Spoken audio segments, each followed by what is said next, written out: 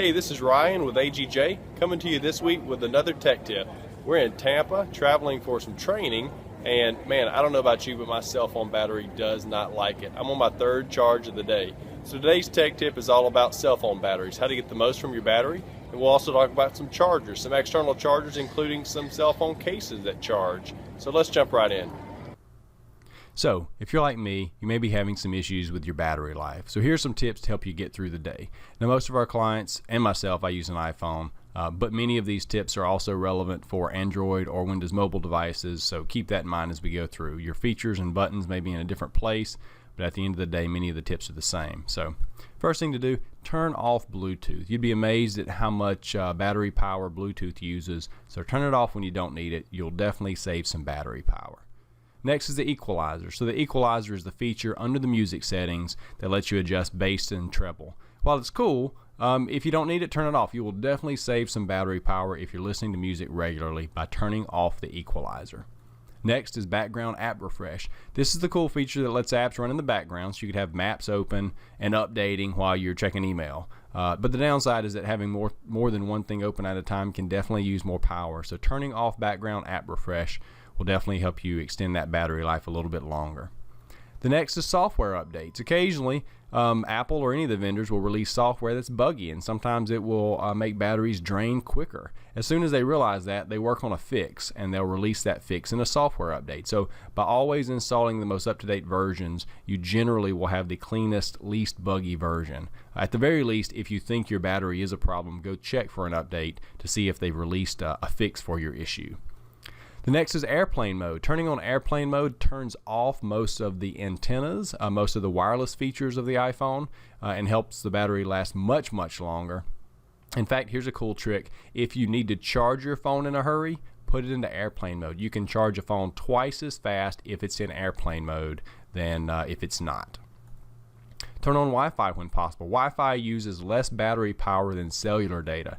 So if you're in a safe area at your home or at your office, I'm not saying you connect to every Wi-Fi network at McDonald's and Starbucks, but if you're in your home or office and you have a trusted network, turn on Wi-Fi. You definitely will use less power than surfing over the cell network. Dynamic wallpaper. So dynamic wallpaper is that feature that lets the wallpaper on your phone looks like it's moving. It's kind of a motion wallpaper. It's cool, but again, it uses processing power, which equals battery. So turn that off if you don't need it. It's just a pretty feature, so turning it off is not going to affect functionality. Turn off auto brightness and just simply turn the screen down. That's good. Remember, the brighter the screen, the more battery power you're using. So if you don't need the screen to be incredibly bright, turn off auto brightness and just turn that screen down.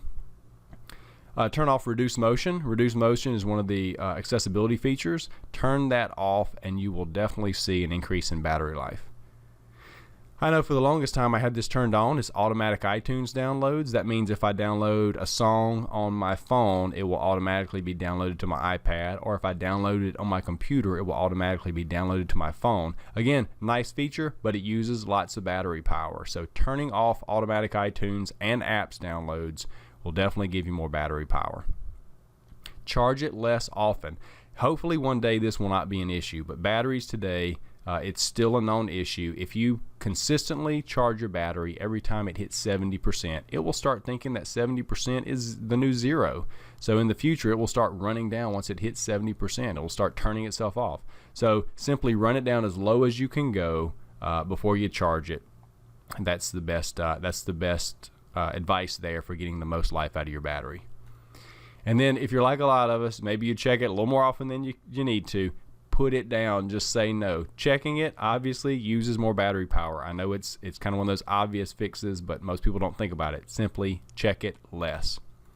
So here's an option I went with. Actually, you can buy a case with a built-in battery. So what I did, searched Amazon, searched for the highest rated battery cases. This one right up here top left, 1x1. I'll show you a close-up of it. I ended up buying it, testing it, been using it now for about 2 months. It is the highest rated on Amazon. It's relatively inexpensive, $36. It does a good job. An iPhone battery is roughly about 1,400 milliamps. So this gives you almost 2 full charges. So that means if I start the day on a full battery, I have 2 additional full charges built into my case. So I have never yet gone through 3 full charges in a day, so it's always worked for me when I've needed it. Again, a very highly rated battery pack, and it's economical as well. It's got the little charge indicator in the back, as well as a small kickstand, so you can use it to prop your phone up to give you a different viewing angle. My only complaint with this is that it's made out of a very smooth plastic, so it's slippery. It slides in your pocket well, but also it'll slip out of your hand easily, so keep that in mind. So this is the most popular, but I'll tell you, the Cadillac of cases is really Mophie. Mophie makes 2 or 3 cases. This one is the Juice Pack Helium. They make several, as I mentioned. It's also rated pretty highly, not quite as highly as the previous case, but really it is a Cadillac of cases. When you think of charging cases, this is the one that most people think about. A little bit more expensive, but again, some nice features there built into the Mophie as well. Another option, similar to the case with a built-in battery, this is simply a battery. I've got one of these too. I love it. They're very inexpensive. As you see, they hold a good bit more charge than the external cases. And the nice thing, instead of just charging your phone, you can plug this into a tablet as well. So you could charge more than just phones with this. The only downside is that it's just something else to keep track of. The nice thing about the case is it's obviously attached to the phone, so you don't have to worry about losing it or leaving it somewhere, whereas this is a separate device to track down. And then the last option, if your battery is running low, check Apple's website. They just announced this new battery recall.